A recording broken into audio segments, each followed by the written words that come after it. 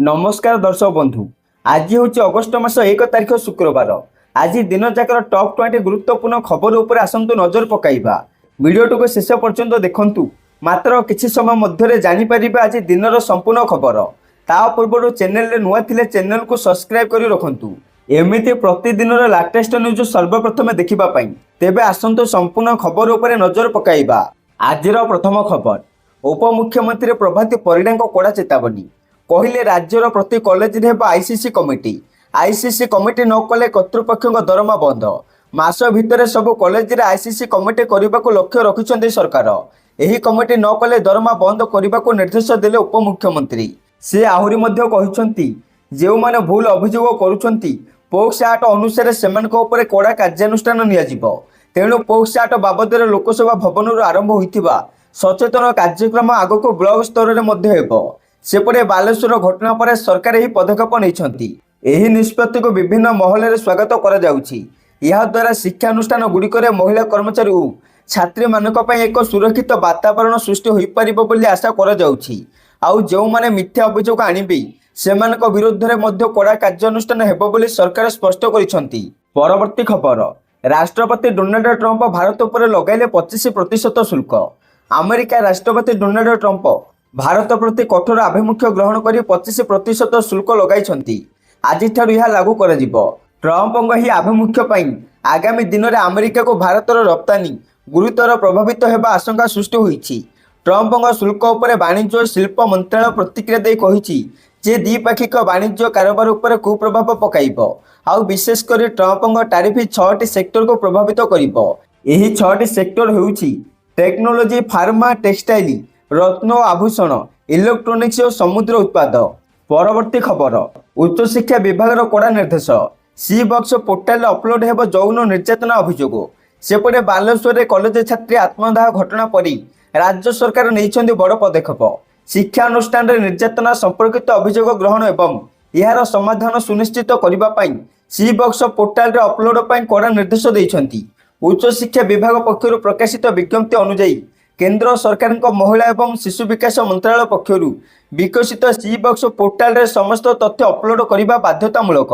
जेपरिक प्रतिटी अभियोग एवं ताहार तदंत विवरणी और कार्यानुष्ठान रिपोर्ट दाखल करेंगे। शिक्षानुष्ठान व कर्मक्षेत्र में महिला यौन उत्पीड़न आईन 2013 संपर्कित सचेतनता तथ्य उल्लेख रहिबो। यह सहित आभ्यंतरीण कमिटी आईसीसी व स्थानीय कमिटीर संपूर्ण विवरणी पोर्टाल रे अपलोड करने प्रमुख कार्य बोली कहुଯାଇଛି। एथिपाई नोडाल ऑफिसर नियुक्ति करने सह सेमानक तथ्य सी बक्स पोर्टाल अपलोड करेंगे। आभ्यंतरीण अभियोग कमिटी सहित शिक्षानुष्ठान विभिन्न विवरणी अगस्ट 1 तारिख सुधा पोर्टाल अपलोड करने को विभाग पक्षर समस्त आंचलिक शिक्षा निर्देशकों को निर्देश दि जाइछि। परवर्ती खबर, महंगा पड़ा टैक्स फांकिबा। शिवशंकर यात्री भाई बस मालिक गणिले 10 लाख टंकार फाइन दे गाड़ी छड़ाइले मालिक। गाड़ी फिटनेस इंश्योरेंस किंबा परमिट पॉल्यूशन नथाई रास्तार गड़ुथिबारु 10 लाख टंका फाइन करथिले कटक आरटीओ। सूचना अनुसार बुधवार दिन कटक रे शिवशंकर नामक एक यात्री भाई बस को जरिमाना कर जाइछि। कटक आरटीओ पक्षर ही जरिमाना कर जाइछि। परवर्ती खबर, ट्रेन यात्री खुशी खबर। कारण पुरी राउरकेला मध्य चलाचल करुवा द्रुत एवं आरामदायक ट्रेन वंदे भारत एक्सप्रेस रे कोच संख्या 2 गुणित बढ़िला। यही ट्रेन पूर्वर 8टी कोच रे चलुथिबा बेली आसंता अगस्ट 7 रु 16टी कोच सहित चलाचल करिबो। कोच संख्या बढ़ाइबा पई 8टी नुआ एसी चेयर कार कोच जोड़ा जाइछि, जहा द्वारा यात्री को लंबा वेटिंग तालिका रे रहिबाको पड़िबो नहीं। कोच संख्या बढ़िबा परी 12टी एसी चेयर कार कोच, 2टी एग्जीक्यूटिव चेयर कार कोच एवं 2टी क्रू एवं एसी चेयर कार कोच रहिबो। परवर्ती खबर, शिक्षक बदली उपर हाईकोर्ट अंतरीण रहितादेश। राज्य में शिक्षक बदली लगी विधायक और एमपी सुपारिश प्रसंग एवं भिन्न मोड़ नेउछि। ए संक्रांत एक मामलार विचार कर हाईकोर्ट पक्षर मंगलवार अंतरीण रहितादेश जारी कर जाइछि। यहाकु नै शिक्षक, सरकार, विधायक एवं एमपी माने एबे चिंतार पड़िछंती। सूचनायोग्य चलित वर्ष मे 13 रे गणशिक्षा विभाग पक्षर एक बदली निर्देशनामा प्राथमिक शिक्षा निर्देशक एवं माध्यमिक शिक्षा निर्देशकों को जारी कर जाइथिला, जेउथिरे विधायक एवं एमपी माने निज निज निर्वाचन मंडलीर 15 जन योग्य शिक्षकों बदली पर सुपारिश करने लगी निर्देश रही। तेबे सरकार एपरी नीति द्वारा शिक्षक बदली व्यवस्था प्रभावित होइतिबा नै एक अभियोगर शुणाणी करी विचारपति ଦୀକ୍ଷିତ କ୍ରିଷ୍ଣା ଶ୍ରୀପଦ ମଙ୍ଗଳବାର ରାଜ୍ୟ ସରକାରଙ୍କୁ ଜବାବ ଦାଖଲ କରିବା ପାଇଁ ନୋଟିସ୍ ଜାରି କରିଛନ୍ତି। ଏଥିସହିତ ଆବେଦନକାରୀ ଶିକ୍ଷକଙ୍କ ବଦଳି ଉପରେ ପରବର୍ତ୍ତୀ ଶୁଣାଣି ପର୍ଯ୍ୟନ୍ତ ହାଇକୋର୍ଟ ଅନ୍ତରୀଣ ରହିତାଦେଶ ଜାରି କରିଛନ୍ତି। ଆଉ ମାମଲାର ପରବର୍ତ୍ତୀ ଶୁଣାଣି 4 ସପ୍ତାହ ପରେ ହେବାକୁ ଧାର୍ଯ୍ୟ ହୋଇଛି। ପରବର୍ତ୍ତୀ ଖବର, ଇରାନ ନାରୀ ଗ୍ରାହକମାନଙ୍କୁ ଆଉ ଏକ ବଡ଼ ଝଟକା ଦେଲା ଆମେରିକା। ଡିଜିଟାଲ ଆମେରିକା ଦୁନିଆରେ ଏକ ବଡ଼ ପରିବର୍ତ୍ତନ ଆସିବାକୁ ଯାଉଛି। ଏହା 6ଟି ଭାରତୀୟ ପେଟ୍ରୋଲିୟମ କମ୍ପାନୀକୁ ନିଷେଧ କରିଛି। ଶୁଳ୍କ ଦେବାକୁ ଆମେରିକାର ବୈଦେଶିକ ମନ୍ତ୍ରଣାଳୟ ଦେଶର ବେସରକାରୀ ଏହି କମ୍ପାନୀଗୁଡ଼ିକ ଇରାନ ସହିତ ବ୍ୟବସାୟ କରୁଥିଲେ। ଗଣମାଧ୍ୟମରେ ଏକ ରିପୋର୍ଟ ଅନୁସାରେ ବୈଦେଶିକ ମନ୍ତ୍ରଣାଳୟ କହିଛି ଯେ ଇରାନ ଏହାର ଆୟର ଏକ ବଡ଼ ଅଂଶ ଆଞ୍ଚଳିକ ସଂଘର୍ଷଣ ପ୍ରୋତ୍ସାହିତ କରିବା ପାଇଁ ଖର୍ଚ୍ଚ କରୁଛି। ଏହା ଇରାନ ଉପରେ ଆତଙ୍କବାଦକୁ ସମର୍ଥନ କରିବାର ବ୍ୟବସାୟ ଏବଂ ଡିଜିଟାଲ ପେମେଣ୍ଟ ସିଷ୍ଟମ ଉପରେ ଆମେରିକା ବୈଦେଶିକ ମନ୍ତ୍ରଣାଳୟର ଜଣେ ମୁଖପାତ୍ର କହିଛନ୍ତି ଇରାନ ସରକାର ମଧ୍ୟପ୍ରାଚ୍ୟରେ ସଂଘର୍ଷ ଏବଂ ଆକ୍ସିସ୍ ବ୍ୟାଙ୍କ ମଧ୍ୟ ଏବଂ ଅସ୍ଥିରତା ବିସ୍ତାର କରିବା ପାଇଁ ଅର୍ଥ ବ୍ୟବହାର କରେ। ତେବେ ଏହି ରାଜସ୍ୱ ଦ୍ୱାରା ଜାରି କରାଯାଇଥିବା ନିୟମ ଅନୁଯାୟୀ ଆମେରିକା ପଦକ୍ଷେପ ନେଉଛି ଯାହାକୁ ଇରାନ ଆତଙ୍କବାଦକୁ ସମର୍ଥନ କରିବା ଏବଂ ଏହାର ଲୋକମାନଙ୍କୁ ଦମନ କରିବା ପାଇଁ ବ୍ୟବହାର କରି ଆମେରିକା ବୈଦେଶିକ ମନ୍ତ୍ରଣାଳୟ ବୁଧବାର ଇରାନ ସହିତ ବ୍ୟବସାୟ କରୁଥିବା ସର୍ବାଧିକ 20ଟି କମ୍ପାନୀକୁ ନିଷେଧ କରିଛି, ଯେଉଁଥିରେ 6ଟି ଭାରତୀୟ କମ୍ପାନୀ ମଧ୍ୟ ସାମିଲ ଅଛି। ବ୍ୟାଙ୍କରେ ଏସ୍କ୍ରୋ ଆକାଉଣ୍ଟ ନାହିଁ, ସେମାନଙ୍କ ପାଇଁ ଶୁଳ୍କ 2 ଗୁଣ ଅର୍ଥାତ୍ 0.04% ରହିବ ଏବଂ ଏହାର ସର୍ବାଧିକ ସୀମା 10 ଟଙ୍କା ହେବ। ପରବର୍ତ୍ତୀ ଖବର, ସୁଭଦ୍ରା ଟଙ୍କାରୁ ବାଦ ପଡ଼ିଥିବା ମହିଳାମାନଙ୍କ ପାଇଁ ବଡ଼ ଖବର। କାରଣ ସୁଭଦ୍ରାକୁ ନେଇ ଉପମୁଖ୍ୟମନ୍ତ୍ରୀ ପ୍ରଭାତୀ ପରିଡ଼ା ବଡ଼ ସୂଚନା ଦେଇଛନ୍ତି। ଉପମୁଖ୍ୟମନ୍ତ୍ରୀ କହିଛନ୍ତି ବାଦ ପଡ଼ିଥିବା 2 ଲକ୍ଷ ମହିଳାଙ୍କ ପୁନଃ ଆବେଦନ ଅନାବଶ୍ୟକ। ଆଉ ପୁନର୍ବାର ସେମାନଙ୍କୁ ଆବେଦନ କରିବାକୁ ପଡ଼ିବ ନାହିଁ। ତଥ୍ୟ ଯାଞ୍ଚ ଚାଲିଛି। ଯୋଗ୍ୟ ହେଲେ ସୁଭଦ୍ରା ଟଙ୍କା ଦେବେ ସରକାର। କାଲି ସୁଦ୍ଧା 7,000 ହିତାଧିକାରୀଙ୍କ ମତାମତ ସଂଗ୍ରହ ହୋଇସାରିଛି। ମାସ ଭିତରେ 22,000 ହିତାଧିକାରୀଙ୍କ ମତାମତ ଆମର ଟାର୍ଗେଟ ରହିଛି। ଆହୁରି 18 ଦିନ ସମୟ ଅଛି। ଠିକ୍ ସମୟରେ ଟାର୍ଗେଟ ପୁରା ହୋଇଯିବ ବୋଲି କହିଛନ୍ତି ଉପମୁଖ୍ୟମନ୍ତ୍ରୀ। ଆଉ ସେପଟେ ଅଗଷ୍ଟ 9 ତାରିଖ ପରେ ଖୋଲିବ ସୁଭଦ୍ରା ପୋର୍ଟାଲ। ଏନେଇ ବୁଧବାର ଉପମୁଖ୍ୟମନ୍ତ୍ରୀ ପ୍ରଭାତୀ ପରିଡ଼ା ସୂଚନା ଦେଇଛନ୍ତି। ଉପମୁଖ୍ୟମନ୍ତ୍ରୀ ପ୍ରଭାତୀ ପରିଡ଼ା ସୂଚନା ଦେଇ କହିଛନ୍ତି ବାଦ ପଡ଼ିଥିବା ହିତାଧିକାରୀଙ୍କୁ ଯୋଡ଼ିବାକୁ ସର୍ଭେ ହେବ। 21 ବର୍ଷ ହୋଇଥିବା ଯୁବତୀ ମହିଳା କରିପାରିବେ ଆବେଦନ। ପରବର୍ତ୍ତୀ ଖବର, ଚାଷୀ ପଞ୍ଜୀକରଣ ପ୍ରକ୍ରିୟା ଆହୁରି ସରଳୀକରଣ ହୋଇଛି କହିଲେ ଯୋଗାଣ ମନ୍ତ୍ରୀ। ସେପଟେ ଚାଷୀ ପଞ୍ଜୀକରଣ ସମସ୍ୟା ନେଇ ଯୋଗାଣ ମନ୍ତ୍ରୀ କୃଷ୍ଣଚନ୍ଦ୍ର ପାତ୍ର ପ୍ରତିକ୍ରିୟା ଦେଇଛନ୍ତି। ଚାଷୀ ପଞ୍ଜୀକରଣ ପ୍ରକ୍ରିୟା ଆହୁରି ସରଳୀକରଣ ହୋଇଛି। ବର୍ତ୍ତମାନ ପର୍ଯ୍ୟନ୍ତ 3,38,735 ଜଣ ଚାଷୀ ପଞ୍ଜୀକରଣ କରିସାରିଲେଣି। ଗତ ବର୍ଷ ଏହି ସମୟରେ 3,48,000 ଚାଷୀ ପଞ୍ଜୀକରଣ କରିଥିଲେ। ଏଥିରେ ବେଶୀ ବ୍ୟବଧାନ ନାହିଁ। ଗତ ବର୍ଷ ଜୁଲାଇ 15 ତାରିଖରୁ ଆରମ୍ଭ ହୋଇଥିଲା। ଆଉ ଏଥର ପଞ୍ଜୀକରଣ 4 ଦିନ ବିଳମ୍ବରେ ଆରମ୍ଭ ହୋଇଛି। ଆଉ ପଞ୍ଜୀକରଣରେ ମାତ୍ର 10,000 ବ୍ୟବଧାନ ରହିଛି। ଚାଷୀ କେବଳ ଗୋଟିଏ ସେଲ୍ଫ ଡିକ୍ଲାରେସନ ଫର୍ମରେ ଦସ୍ତଖତ କରିବେ, ଯାହା ନାଁରେ ରେକର୍ଡ ଯଥା ବାପା କିମ୍ବା ଭାଇ ନାଁରେ ରେକର୍ଡ ଥିଲେ କେବଳ ଲେଖିକି ଦେବେ। ସେଥିପାଇଁ ଫର୍ମ ଇସ୍ୟୁ ହୋଇସାରିଛି। ଜୋରସୋରରେ ଚାଲିଛି ପଞ୍ଜୀକରଣ। କୌଣସି ଅସୁବିଧା ନାହିଁ। ଅସୁବିଧା ହେଲେ ଦିଆଯାଇଥିବା ଫୋନ୍ ନମ୍ବରରେ ଫୋନ୍ କରନ୍ତୁ ବୋଲି ଯୋଗାଣ ମନ୍ତ୍ରୀ କହିଛନ୍ତି। ପରବର୍ତ୍ତୀ ଖବର, ସ୍ଥଗିତ ରହିଲା କେଦାରନାଥ ଯାତ୍ରା। ଭୂସ୍ଖଳନ ଯୋଗୁଁ ରାସ୍ତା ବନ୍ଦ, ଅଟକିଲେ ଯାତ୍ରୀ। ସେପଟେ ଭୀଷଣ ବର୍ଷା ଯୋଗୁଁ ସୋନପ୍ରୟାଗ ଗୌରୀକୁଣ୍ଡ ରାସ୍ତାରେ ଏକ ବଡ଼ ଭୂସ୍ଖଳନ ହୋଇଛି, ଯେଉଁ କାରଣ ପାଇଁ କେଦାରନାଥ ଯାତ୍ରୀଙ୍କୁ ସ୍ଥଗିତ ରଖାଯାଇଛି। ମୁନକୋଟ୍ୟାଠାରୁ ପ୍ରାୟ 1.5 କିଲୋମିଟର ଆଗକୁ ପାହାଡ଼ର ଏକ ବଡ଼ ଅଂଶ ଧସିଯିବାରୁ ରୁଦ୍ରପ୍ରୟାଗ ଗୌରୀକୁଣ୍ଡ ଜାତୀୟ ରାଜପଥ ବନ୍ଦ ହୋଇଯାଇଛି। ଉଭୟ ପାର୍ଶ୍ୱରୁ ଯାତାୟାତ ବନ୍ଦ ହୋଇଯାଇଛି। କିଛି ଦିନ ହେଲା ବର୍ଷା ଲାଗି ରହିଥିବାରୁ ରାଜ୍ୟର ବିଭିନ୍ନ ସ୍ଥାନରେ ଭୂସ୍ଖଳନ ଦେଖିବାକୁ ମିଳିଛି। ରାସ୍ତାରେ ବଡ଼ ପଥର ପଡ଼ିଥିବା ଯୋଗୁଁ ରାତି ହୋଇଯାଇଥିବାରୁ ଜେସିବି ମେସିନରେ ପଥର ବାଲି କାଢ଼ିବା ସମ୍ଭବ ହୋଇନାହିଁ। ଫଳରେ ଉଭୟ ପଟରେ ଗାଡ଼ି ଅଟକି ରହିଛି। ପରବର୍ତ୍ତୀ ଖବର, ଦିଲ୍ଲୀରେ ଖୋଲିବ ଟେସ୍ଲାର ଦ୍ୱିତୀୟ ଶୋରୁମ୍। ବଢ଼ିବ ଇଭି ଇକୋସିଷ୍ଟମ। ଏପଟେ ଭାରତରେ ବୈଦ୍ୟୁତିକ ଯାନର ବର୍ଦ୍ଧିତ ଚାହିଦାକୁ ଦେଖି ଟେସ୍ଲା ଏବେ ଏହାର ଉପସ୍ଥିତିକୁ ଆହୁରି ସୁଦୃଢ଼ କରୁଛି। ଟେସ୍ଲା ମୁମ୍ବାଇର ବାନ୍ଦ୍ରା କୁର୍ଲା କମ୍ପ୍ଲେକ୍ସରେ ପ୍ରଥମ ଶୋରୁମ୍ ଖୋଲିବା ପରେ କମ୍ପାନୀ ଏବେ ଦିଲ୍ଲୀର ଏରୋସିଟିରେ ଦ୍ୱିତୀୟ ଡିଲରସିପ୍ ଖୋଲିବାକୁ ଯାଉଛି, ଯାହା ଦିଲ୍ଲୀ IGI ବିମାନବନ୍ଦର ନିକଟରେ ଅବସ୍ଥିତ। ଶୋରୁମ୍ ପ୍ରାୟତଃ ପ୍ରସ୍ତୁତ ସରିଯାଇଥିଲା ବେଳେ ଅଗଷ୍ଟ 2025 ସୁଦ୍ଧା ସାଧାରଣ ଲୋକଙ୍କ ପାଇଁ ଖୋଲାଯିବ। ପରବର୍ତ୍ତୀ ଖବର, ବିନା ପିନ୍ରେ ହେବ UPI ପେମେଣ୍ଟ। ସେପଟେ UPIକୁ ନେଇ ଶୁଣିବାକୁ ମିଳୁଛି ବଡ଼ ଅପଡେଟ୍। ଖୁବ୍ ଶୀଘ୍ର ବଦଳିବାକୁ ଯାଉଛି UPI ପେମେଣ୍ଟ ମେଥଡ଼। ଏହି ନୂଆ ପରିବର୍ତ୍ତନରେ ଆପଣଙ୍କୁ ପେମେଣ୍ଟ କରିବା ବେଳେ ଆଉ ପିନ୍ ଦେବାକୁ ପଡ଼ିବ ନାହିଁ। କିଛି ରିପୋର୍ଟରେ ଦାବି କରାଯାଉଛି NPCI ଫେସ୍ ଅଥେଣ୍ଟିଫିକେସନ ବା ବାୟୋମେଟ୍ରିକ୍ ଜରିଆରେ UPI ପେମେଣ୍ଟ କରାଯିବା ଉପରେ ବିଚାର କରୁଛନ୍ତି। ଏହି ନିୟମ ଆସିବା ପରେ ପିନ୍ ଦେଇ ପେମେଣ୍ଟ କରିବା ଅପସନାଲ ହୋଇଯିବ। UPI ଏହି ସିଷ୍ଟମ ଆଣିବା ପରେ ପେମେଣ୍ଟ ପ୍ରୋସେସ ଆହୁରି ଶୀଘ୍ର ହେବ। ପେମେଣ୍ଟ ସମୟରେ ହେଉଥିବା ସମସ୍ୟା ବି ଶେଷ ହୋଇଯିବ। ଏହା ସହିତ ଫ୍ରଡ୍ ଓ ସ୍କ୍ୟାମ୍ ସମସ୍ୟା ବି ଦୂର ହୋଇଯିବ। କାରଣ ଫେସ୍ ପେମେଣ୍ଟ ଦ୍ୱାରା ସୁରକ୍ଷା ଆହୁରି ମଜବୁତ ହୋଇଯିବ। ବର୍ତ୍ତମାନ ସମୟରେ କୌଣସି ୟୁପିଆଇ ପେମେଣ୍ଟ କରିବାକୁ ହେଲେ 4ରୁ 6 ଅଙ୍କର ପିନ୍ ବା ପାସୱାର୍ଡ ଦେବାକୁ ପଡୁଛି। କୁହାଯାଉଛି ୟୁପିଆଇରେ ହେଉଥିବା ଠକେଇ କମ୍ କରିବା ଦିଗରେ ଏହା ଏକ ବଡ଼ ପଦକ୍ଷେପ ହେବାକୁ ଯାଉଛି। କାରଣ ୟୁପିଆଇ ପିନ୍ ତୁଳନାରେ ଜଣଙ୍କ ଶରୀରର କୌଣସି ଅଙ୍ଗର ବିଶେଷତାକୁ ଚୋରି କରିବା କଷ୍ଟ ହେବ। ପରବର୍ତ୍ତୀ ଖବର, ସ୍କୁଲ ପିଲାଙ୍କ ପାଇଁ ଖୁସି ଖବର। କାରଣ ଅଗଷ୍ଟ ମାସରେ 8 ଦିନ ସ୍କୁଲ ଛୁଟି ରହିବ। ଯେହେତୁ ଅଗଷ୍ଟ ମାସରେ ଏକା ସାଙ୍ଗରେ 3ଟି ବଡ଼ ପର୍ବ ଆସୁଛି, ତେଣୁ ପର୍ବଗୁଡ଼ିକ ଯୋଗୁଁ ସ୍କୁଲଗୁଡ଼ିକ ଅନେକ ଦିନ ପାଇଁ ବନ୍ଦ ରହିବ। ଅଗଷ୍ଟ ମାସର ପ୍ରଥମ ପର୍ବ ଅଗଷ୍ଟ 9 ତାରିଖ ଶନିବାର ପଡୁଛି। ଏହି ଦିନ ସମସ୍ତ ସ୍କୁଲ ବନ୍ଦ ରହିବ। ତାପରେ ଅଗଷ୍ଟ 10 ତାରିଖ ରବିବାର, ତେଣୁ ଲଗାତାର 2 ଦିନ ସ୍କୁଲ ବନ୍ଦ ରହିବ। ଏହାପରେ ଅଗଷ୍ଟ 15 ତାରିଖ ସ୍ୱାଧୀନତା ଦିବସ ଏବଂ 16 ତାରିଖରେ ପଡୁଛି ଜନ୍ମାଷ୍ଟମୀ। ଏଥିରେ ସ୍କୁଲ ଛୁଟି ରହିବ। ତେଣୁ 3 ଦିନ ପାଇଁ ଲଗାତାର ଛୁଟି ଯୋଗୁଁ ଅଭିଭାବକମାନେ ସେମାନଙ୍କ ପିଲାଙ୍କ ସହିତ ସମୟ ବିତାଇ ପାରିବେ। ଏହାପରେ 27 ଅଗଷ୍ଟରେ ଗଣେଶ ଚତୁର୍ଥୀ। ଏହି ଅବସରରେ ସ୍କୁଲଗୁଡ଼ିକ ମଧ୍ୟ ବନ୍ଦ ରହିବ। ପରବର୍ତ୍ତୀ ଖବର, ସାଉଦି ଆରବରେ ସମ୍ପତ୍ତି କିଣିପାରିବେ ବିଦେଶୀ। ଏନେଇ ସାଉଦି ଆରବ ସରକାର ବିଦେଶୀ ନାଗରିକ ଏବଂ କମ୍ପାନୀମାନଙ୍କ ଗୁଡ଼ିକ ପାଇଁ ନିଜ ରିଏଲ୍ ଇଷ୍ଟେଟ୍ ମାର୍କେଟ ଖୋଲିବାକୁ ନିଷ୍ପତ୍ତି ନେଇଛନ୍ତି। ନୂଆ ଆଇନ 2026ରୁ ଲାଗୁ ହେବ।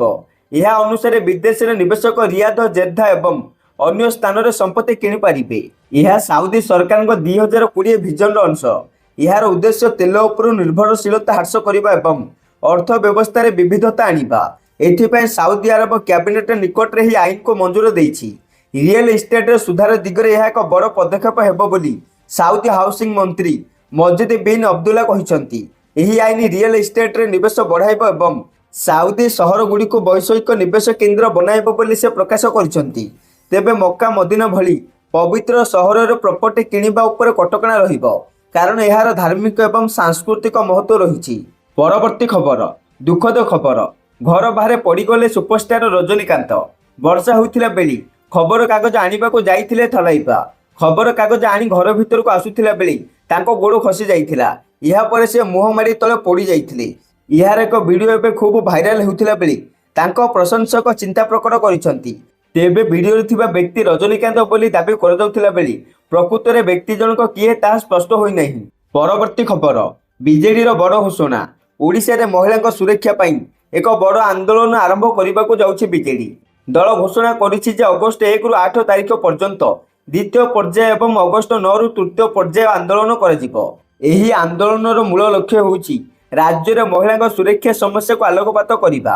ବିଶେଷ କରି ବେଳାଭୂମି ଓ କ୍ୟାମ୍ପସରେ ମହିଳାଙ୍କ ଅସୁରକ୍ଷା ସମସ୍ୟା ବିଜେଡିର ଆନ୍ଦୋଳନର କେନ୍ଦ୍ରବିନ୍ଦୁ ରହିବ। କାରଣ ବିଜେଡି ଏହି ଆନ୍ଦୋଳନ ବେଳାଭୂମି ଓ ଶିକ୍ଷାନୁଷ୍ଠାନ କ୍ୟାମ୍ପସଗୁଡ଼ିକୁ ଅସୁରକ୍ଷିତ ବୋଲି ଅଭିଯୋଗ କରି ରାଜ୍ୟ ସରକାରଙ୍କୁ ଏହାର ସମାଧାନ ପାଇଁ କାର୍ଯ୍ୟାନୁଷ୍ଠାନ ଗ୍ରହଣ କରିବାକୁ ଦାବି କରିଛି। ଏହି ଆନ୍ଦୋଳନର ଅଂଶ ସ୍ୱରୂପ ବିଭିନ୍ନ କଲେଜ ନିକଟସ୍ଥ ଥାନାଗୁଡ଼ିକରେ ଥିବା ପୁଲିସ ଅଧୀକ୍ଷକ ଏସ୍ପିଙ୍କୁ ସ୍ମାରକପତ୍ର ପ୍ରଦାନ କରିବ। ବିଜେଡି ଅଭିଯୋଗ କରିଛି ଯେ ଭାଜପା ସରକାର ଘଟଣାଗୁଡ଼ିକରେ କେବଳ କମିଟି ଗଠନ କରୁଛନ୍ତି, କୌଣସି ନିର୍ଦ୍ଦିଷ୍ଟ କାର୍ଯ୍ୟାନୁଷ୍ଠାନ ଗ୍ରହଣ କରୁନାହାନ୍ତି। ପରବର୍ତ୍ତୀ ଖବର, ସୁଭଦ୍ରା ଟଙ୍କା ପାଇଁ ଆବେଦନ କରି ଅଯୋଗ୍ୟ ଘୋଷିତ ହୋଇଥିବା 60 ବର୍ଷରୁ ଉର୍ଦ୍ଧ୍ୱ ମହିଳା ପାଇବେ ଭତ୍ତା। ସେମାନଙ୍କୁ ଆଉ ଭତ୍ତା ପାଇଁ ଆବେଦନ କରିବାକୁ ପଡ଼ିବନି, କାରଣ ସେମାନଙ୍କ ନାଁ ସିଧାସଳଖ ବିଭାଗ SSEPDକୁ ପଠାଇ ଦିଆଯାଇଛି। ଏନେଇ ଖୋଦ୍ ଉପମୁଖ୍ୟମନ୍ତ୍ରୀ ପ୍ରଭାତୀ ପରିଡ଼ା ଘୋଷଣା କରିଛନ୍ତି। ଅନ୍ୟପଟେ ଆସନ୍ତା ଅଗଷ୍ଟ 9 ତାରିଖରେ ଆସିବ ସୁଭଦ୍ରା କିସ୍ତି। ଏହାପରେ ପୁଣି ଥରେ ଖୋଲିବ ସୁଭଦ୍ରା ପୋର୍ଟାଲ। ଏଥର 2 ଲକ୍ଷ ହିତାଧିକାରୀଙ୍କୁ ରିଜେକ୍ଟ କରାଯାଇଛି। ପ୍ରଥମ କିସ୍ତି ନେଲା ପରେ କିଏ IT ରିଟର୍ଣ୍ଣ କରିଛି, କିଏ ଗାଡ଼ି କିଣି ଦେଇଛି ଏବଂ କାହାର 5 ଏକର ଜମି ଥିବା କାରଣରୁ ସେମାନଙ୍କୁ ବାଦ ଦିଆଯାଇଛି। ଅଗଷ୍ଟ 9 ପରେ ପୋର୍ଟାଲ ଖୋଲିବା ପରେ ପୁଣି ଥରେ ସର୍ଭେ ହେବ। 2 ଲକ୍ଷ ବାଦ ପଡ଼ିଥିବା ହିତାଧିକାରୀଙ୍କୁ ଯୋଡ଼ିବା ପାଇଁ ଆଉ ଥରେ ସର୍ଭେ ହେବ। 21 ବର୍ଷ ହୋଇଥିଲେ ଯୁବତୀ ମହିଳା ନୂଆ କରି ଆବେଦନ କରିପାରିବେ ବୋଲି କହିଛନ୍ତି ଉପମୁଖ୍ୟମନ୍ତ୍ରୀ ପ୍ରଭାତୀ ପରିଡ଼ା।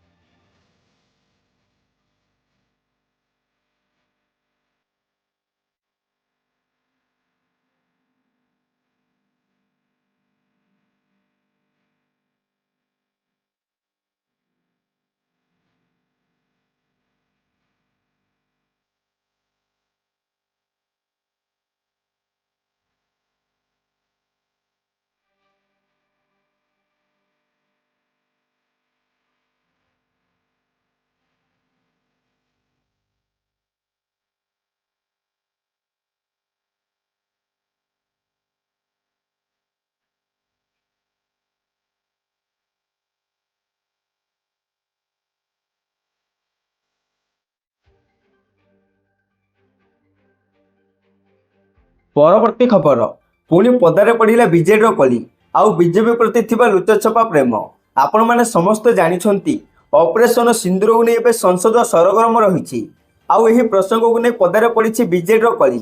ଦଳ 7 ରାଜ୍ୟସଭା ସାଂସଦଙ୍କ ଭିତରୁ 5 ଜଣ ଅପରେସନ ସିନ୍ଦୁରକୁ ନେଇ ସଂସଦରେ ସେନାକୁ ପ୍ରଶଂସା କରିଥିଲା ବେଳେ 2 ଜଣ ବିଜେଡି ସାଂସଦ କିନ୍ତୁ ଆଲୋଚନାରୁ ନିଜକୁ ଦୂରେଇ ରଖିଥିବା ଖବର ମିଳିଛି। ଯାହାପରେ ବିଜେଡି ସାଂସଦଙ୍କ ଭିତରେ ଥିବା କଳି ପଦାକୁ ଆସିଛି। ସେପଟେ ମିଳିଥିବା ସୂଚନା ମୁତାବକ ଅପରେସନ ସିନ୍ଦୁର ସମ୍ପର୍କରେ ଆଲୋଚନା କରିବା ପାଇଁ ବିଜେଡିକୁ ମୋଟ 28 ମିନିଟ ସମୟ ମିଳିଥିଲା। ଯାହା ଭିତରୁ ଦଳ 5 ଜଣ ରାଜ୍ୟସଭା ସାଂସଦ ଏଥିରେ ଭାଗ ନେଇଥିଲେ। Subhashish Khuntia 5 minute, Manas Mangaraj 4 minute, Sulata Deo 8 minute, Sasmit Patra 7 minute ଆଉ ନିରଞ୍ଜନ ବିଶି 4 ମିନିଟ ଆଲୋଚନାରେ ଭାଗ ନେଇଥିଲେ।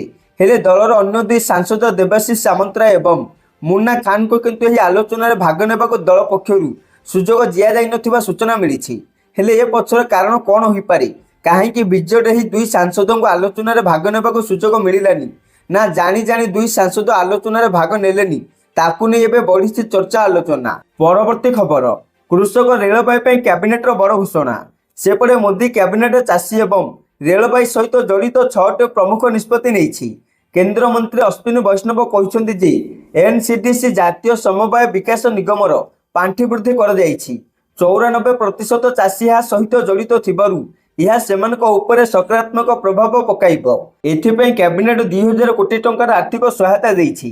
ସେ କହିଛନ୍ତି ଯେ କ୍ୟାବିନେଟ 2025-26ରୁ 2028-29 ପାଇଁ 2000 କୋଟି ଟଙ୍କା ବ୍ୟୟ ସହିତ କେନ୍ଦ୍ରୀୟ କ୍ଷେତ୍ର ଯୋଜନା ଜାତୀୟ ସମବାୟ ବିକାଶ ନିଗମକୁ ଅନୁଦାନ ସହାୟତାକୁ ଅନୁମୋଦନ କରିଛି। ଏହା ସହିତ କେନ୍ଦ୍ରମନ୍ତ୍ରୀ ଅଶ୍ୱିନୀ ବୈଷ୍ଣବ ଆହୁରି କହିଛନ୍ତି ଯେ ପ୍ରଧାନମନ୍ତ୍ରୀ କୃଷି ସମ୍ପଦ ଯୋଜନାରେ 6520 କୋଟି ଟଙ୍କାର ଆର୍ଥିକ ବ୍ୟୟବରାଦ କରାଯାଇଛି।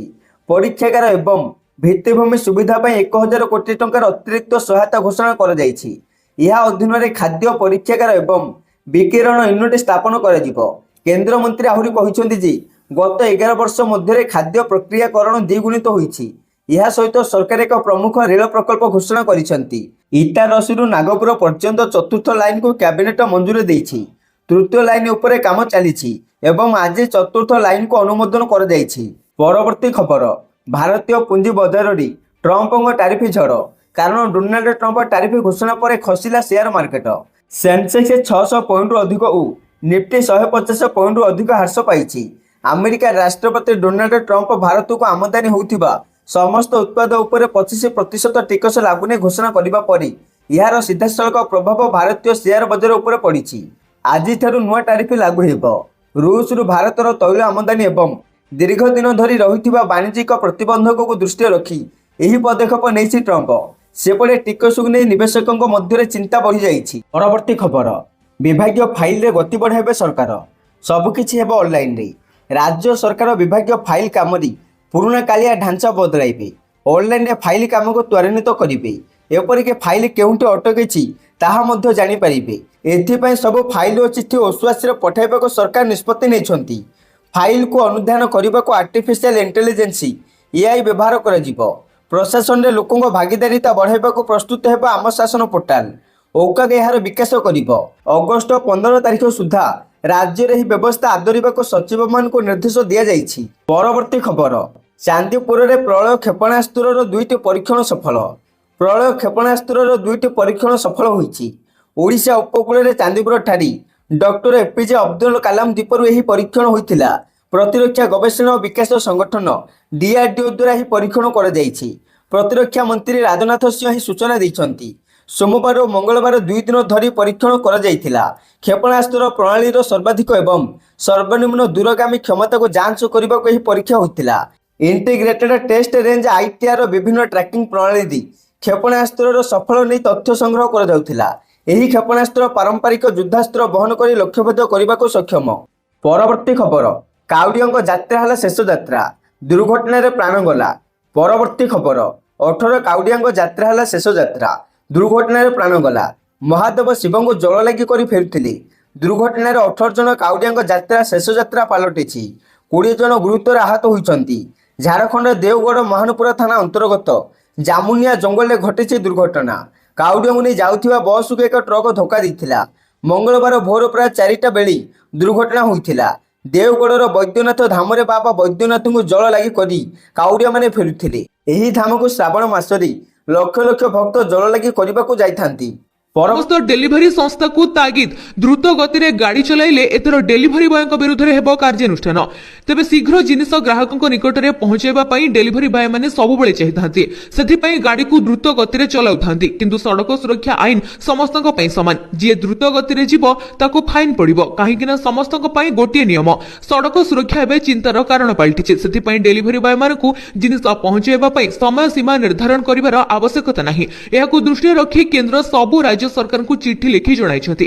ଏ ପ୍ରସଙ୍ଗରେ ରାଜ୍ୟ ସରକାର ମଧ୍ୟ ତତ୍ପରତା ପ୍ରକାଶ କରିଛନ୍ତି। ସମସ୍ତ ଡେଲିଭରି ସଂସ୍ଥାକୁ ଏଥିପ୍ରତି ଯତ୍ନବାନ ହେବା ପାଇଁ ତାଗିଦ କରାଯାଇଛି। ଏହାର ବ୍ୟତିକ୍ରମ ହେଲେ ଦୃଢ଼ କାର୍ଯ୍ୟାନୁଷ୍ଠାନ ଗ୍ରହଣ କରାଯିବ। ତେବେ Blinkit, Swiggy, Zomato, big basket, Jio mart ଭଳି ସଂସ୍ଥାର ଫାଷ୍ଟ ଡେଲିଭରିକୁ ନେଇ ଚିନ୍ତାରେ ପରିବହନ ବିଭାଗ। କାହିଁକି ନା ଅର୍ଡର ଦେବାର କମ୍ ସମୟ ଭିତରେ ଡେଲିଭରି କରାଯିବ ବୋଲି ସଂସ୍ଥାଗୁଡ଼ିକ ଗ୍ରାହକଙ୍କୁ ଦାବି କରୁଛନ୍ତି, ଯାହାକି ଟ୍ରାଫିକ ବ୍ୟବସ୍ଥା ପ୍ରତି ଚ୍ୟାଲେଞ୍ଜ ସୃଷ୍ଟି କରୁଥିବା ଅନୁଭବ କରୁଛି ପରିବହନ ବିଭାଗ। ଅନେକ ସମୟରେ ଶୀଘ୍ର ଡେଲିଭରି ବାହାନରେ ଡେଲିଭରି ବୟର ଜୀବନ ଚାଲିଯିବାର ଭୟ ମଧ୍ୟ ରହିଛି। ତେଣୁ ଏହି ସଂସ୍ଥାର ମୁଖ୍ୟଙ୍କ ବିରୁଦ୍ଧରେ କାର୍ଯ୍ୟାନୁଷ୍ଠାନ ପାଇଁ ଖୁବ୍ ଶୀଘ୍ର ଆଡଭାଇଜରି ଜାରି କରିବ ପରିବହନ ବିଭାଗ। ନମ୍ବର 10, ଖୁବ୍ ଶୀଘ୍ର ସ୍ୱତନ୍ତ୍ର ଓଟିଇଟି ପରୀକ୍ଷା। ଗଣଶିକ୍ଷା ମନ୍ତ୍ରୀଙ୍କର ଆସିଗଲା ସୂଚନା। ପ୍ରଶ୍ନପତ୍ର ଲିକ୍ ଘଟଣାରେ ତଦନ୍ତ କରୁଛି କ୍ରାଇମବ୍ରାଞ୍ଚ। କିଛି ଲୋକଙ୍କୁ ଗିରଫ କରାଯାଇଛି। ଯେଉଁମାନେ ଏଥିରେ ସାମିଲ ଅଛନ୍ତି ସେମାନଙ୍କ ବିରୁଦ୍ଧରେ କଠୋର କାର୍ଯ୍ୟାନୁଷ୍ଠାନ ଗ୍ରହଣ କରାଯିବ। କ୍ୟୁଆର କୋଡ୍ ଥିବା ସତ୍ତ୍ୱେ ଏଭଳି ଘଟଣା ଘଟିଛି। ତେଣୁ ଏ ଦିଗ ଉପରେ ମଧ୍ୟ ଧ୍ୟାନ ଦିଆଯିବ। ଆଗକୁ କିଭଳି ଘଟଣାର ପୁନରାବୃତ୍ତି ନ ହେବ ସେଥିପାଇଁ ବିଭାଗ ସଜାଗ ଅଛି। ସ୍ୱଚ୍ଛତା ସହିତ ପରୀକ୍ଷା ପାଇଁ ଯୋଜନା କରାଯାଉଛି। ଖୁବ୍ ଶୀଘ୍ର ପୁଣି ଥରେ ସ୍ୱତନ୍ତ୍ର ଓଟିଇଟି ପରୀକ୍ଷା ପାଇଁ ଚେଷ୍ଟା କରୁଛୁ ବୋଲି କହିଛନ୍ତି ବିଦ୍ୟାଳୟ ଏବଂ ଗଣଶିକ୍ଷା ମନ୍ତ୍ରୀ। ନମ୍ବର 11, ଚତୁର୍ଥ ଥର ହେଲା ବଳଙ୍ଗା ପୀଡ଼ିତାଙ୍କର ବୟାନ ରେକର୍ଡ। ମାଜିଷ୍ଟ୍ରେଟଙ୍କ ଉପସ୍ଥିତିରେ ସମ୍ପୂର୍ଣ୍ଣ ଭିଡିଓଗ୍ରାଫି। ଦିଲ୍ଲୀ ଏମ୍ସରେ ସଫଦରଜଙ୍ଗ ଅଦାଲତଙ୍କ ନିର୍ଦ୍ଦେଶରେ ଜଣେ ମାଜିଷ୍ଟ୍ରେଟଙ୍କ ଉପସ୍ଥିତିରେ ସମ୍ପୂର୍ଣ୍ଣ ଭିଡିଓଗ୍ରାଫି ସହିତ ପୀଡ଼ିତାଙ୍କର ବୟାନ ରେକର୍ଡ ହୋଇଛି। ତଦନ୍ତକାରୀ ଅଧିକାରୀ ଡିଏସ୍ପି ମଧ୍ୟ ପୀଡ଼ିତା ଦେଇଥିବା ବୟାନରେ ସମ୍ପୂର୍ଣ୍ଣ ତଥ୍ୟ ରହିଥିବା ଜଣାପଡ଼ିଥିବା ସୂଚନା ଦେଇଛନ୍ତି। ତେଣୁ ପୋଲିସକୁ ଗୁରୁତ୍ୱପୂର୍ଣ୍ଣ ପ୍ରମାଣ ହସ୍ତଗତ ଶେଷ ପର୍ଯ୍ୟାୟରେ ପହଞ୍ଚି ସାରିଛି। ଚଳିତ ସପ୍ତାହରେ ପୋଲିସ ରହସ୍ୟର ଉନ୍ମୋଚନ କରିବ। ପ୍ରତ୍ୟକ୍ଷଦର୍ଶୀ ଦୁଃଖୀଶ୍ୟାମଙ୍କର ବୟାନକୁ ନେଇ ଏବେ ମଧ୍ୟ ସନ୍ଦେହ ସୃଷ୍ଟି ହୋଇପଡ଼ିଛି। ପୀଡ଼ିତାଙ୍କୁ 3 ଜଣ ଉଠାଇ ନେଇଥିବା କଥା ପ୍ରତ୍ୟକ୍ଷଦର୍ଶୀ ଦୁଃଖୀଶ୍ୟାମ କହିନଥିବା ପୋଲିସ ଆଗରେ ବୟାନ ଦେଇଛନ୍ତି ଛାତ୍ରୀ। ଫଳରେ ଦୁଃଖୀଶ୍ୟାମଙ୍କ ବୟାନକୁ ନେଇ ବି ପ୍ରଶ୍ନ ଉଠିବା ଚର୍ଚ୍ଚା ଆରମ୍ଭ ହୋଇଛି। ବର୍ତ୍ତମାନ ସୁଦ୍ଧା ଘଟଣାର ତଦନ୍ତ ଜାରି ରହିଛି। ତଦନ୍ତକାରୀ ଅଧିକାରୀ ମଧ୍ୟ ବଳଙ୍ଗା ଥାନା ଅଧିକାରୀ ଦିଲ୍ଲୀ ଗସ୍ତରେ ଯାଇ ଅନ୍ୟ ପ୍ରମାଣ ସହିତ ସଂଗ୍ରହ ଲାଗି ପଚରା ଉଚରା ମଧ୍ୟ ଚଳାଇଛନ୍ତି।